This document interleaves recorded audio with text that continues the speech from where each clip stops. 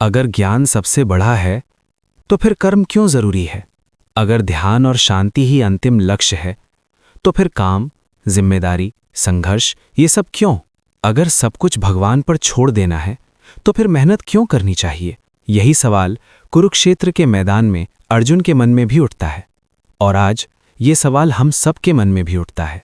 पिछले अध्याय में श्री कृष्ण ने अर्जुन को आत्मा का वो रहस्य बताया जिसने अर्जुन के डर को तो खत्म कर दिया लेकिन एक नई उलझन पैदा कर दी।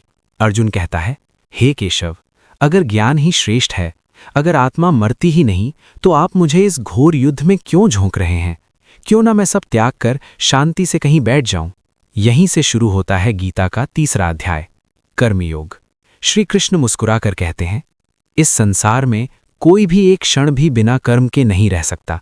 हम सोचते हैं मैं कुछ नहीं कर रहा, लेकिन सांस लेना कर्म, सोचना कर्म, महसूस करना कर्म, जीवन इज इक्वल टू कर्म। इसलिए कर्म से भागना जीवन से भागना है। श्री कृष्ण कहते हैं, कर्म छोड़ देना त्याग नहीं है, सच्चा त्याग है फल की इच्छा छोड़ देना।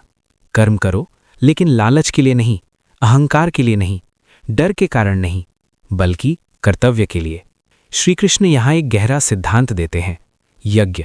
श्री कृष्ण का यज्ञ आज का वैल्यू क्रिएशन है। जैसे एक किसान बीज बोता है ताकि दुनिया का पेट भरे, वैसे ही आपका काम, चाहे वो कोडिंग हो, पढ़ाई हो या व्यापार हो, अगर वो दूसरों की समस्या हल कर रहा है तो वो पूजा है। वे समझाते हैं कि ये ब्रह्मांड एक चक्र पर चलता है। बादल बारिश करते हैं ताकि अन्न उगे, अन्न से जीवन चलता है। अगर पेड़ फल खुद खाने लगे या सूरज रोशनी देने से मना कर दे तो सृष्टि रुक जाएगी। जब हम केवल अपने स्वार्थ के लिए काम करते हैं तो हम तनाव पैदा करते हैं, लेकिन जब हम अपने काम को दुनिया की सेवा मानकर करते हैं तो वही काम हमें बंधनों से मुक्त कर देता है। अर्जुन पूछता है, प्रभु, आपको तो कुछ भी पाना बाकी नहीं है, फिर आप कर्म क्यों कर रहे हैं? श्री कृष्ण जवाब देते हैं, अर्जुन, अगर मैं कर्म करना छोड़ दूं तो ये दुनिया आलस में डूब जाएगी। जैसा आचरण एक श्रेष्ठ पुरुष करता है, बाकी सब वैसा ही करते हैं। चाहे आप माता पिता हों या किसी कंपनी के लीडर, याद रखिए, आपके बच्चे या आपके जूनियर्स वो नहीं करेंगे जो आप उन्हें करने को कहेंगे, वो वही करेंगे जो आप उन्हें करते हुए देखेंगे।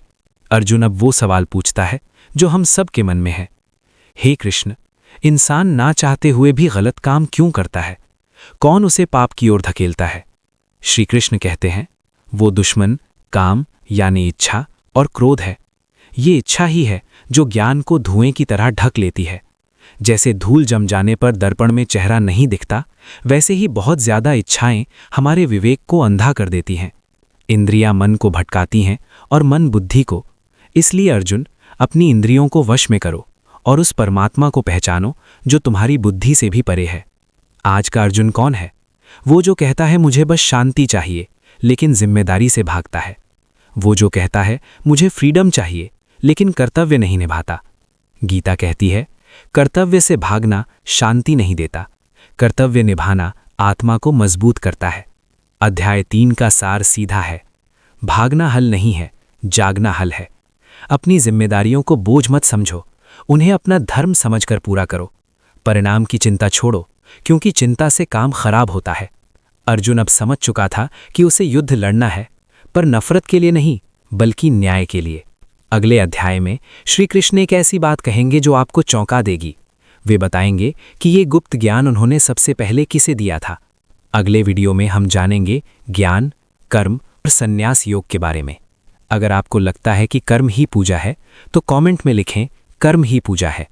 ज्ञान सेतु को अभी सब्सक्राइब करें। जय श्री कृष्ण।